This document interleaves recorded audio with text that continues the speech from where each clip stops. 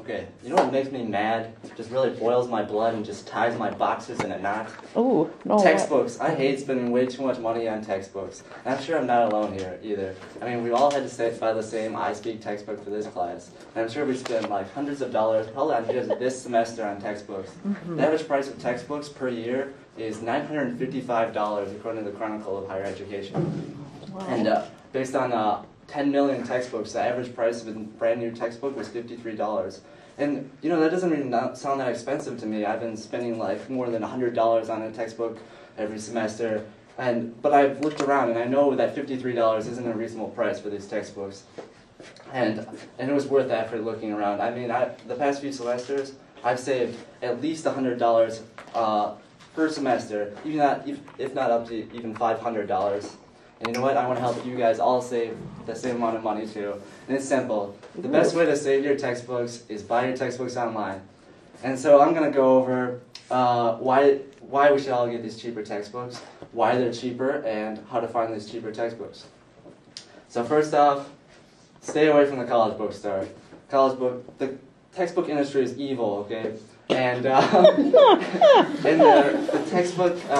college bookstore is like a shrine where they just like steal all your money. And the textbook companies, they set up these little traps around the store to like one of the tricks that they have is they like to bundle things together. Have you ever got one of those textbooks where it's like there's just a bunch of crap just like shrink wrapped to the book, and it makes the book so much more expensive, and you don't even use that crap.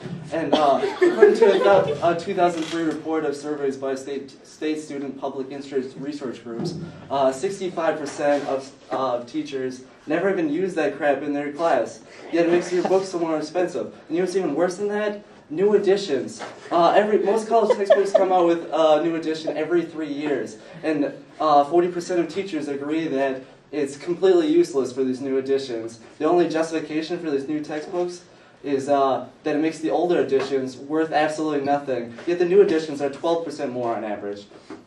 And some people kind of see this as like a macroeconomics problem, and that the textbook market is kind of like a broken system where the teachers order something we need without actually having to buy it from the bookstore themselves.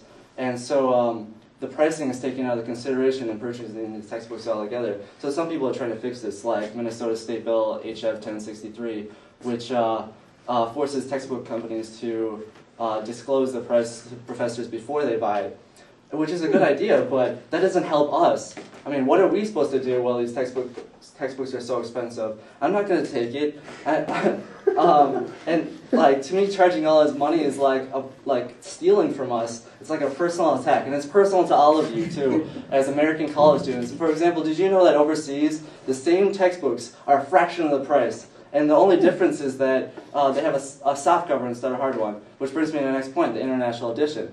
You know, the hardcover is like another one of those traps that they use, like new editions and bundling.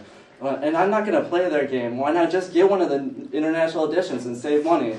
And usually these come from like countries like India, where the demand is so high that they actually have an ideal textbook market. And usually it says on the cover, like, India edition, not for sale anywhere near the North American continent. But don't listen to those jerks, okay?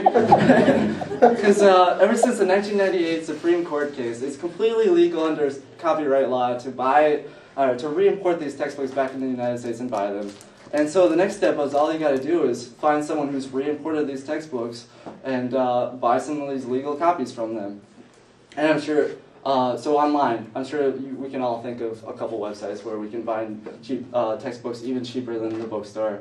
Like Amazon and eBay are like some of the big ones. But you can also go to some of the other websites that are geared more towards textbooks, like Valor Books or Abe Books or BookBite or Books A Million. But cut to the chase, I'm going to go to the best one, BigWords.com.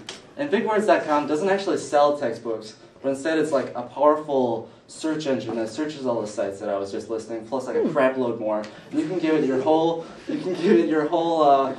semester's textbooks, and it'll find the best combination of these websites, and it'll even factor in shipping costs, and it'll save you money. And it'll give you a nice little link that goes right to the checkout page, and it'll even like put your book in your cart and stuff, and it'll even slap on some coupons if it even knows about it. It's just that dedicated to saving you money.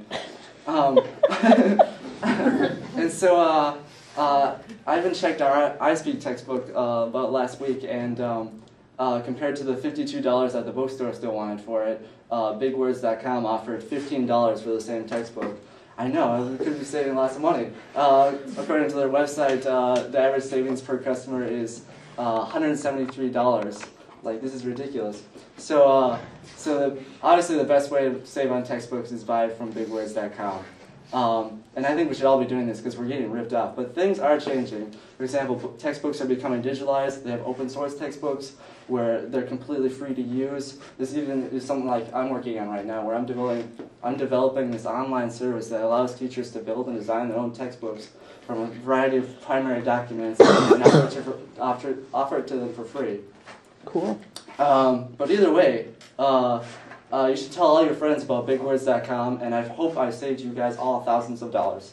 Thank you for your time.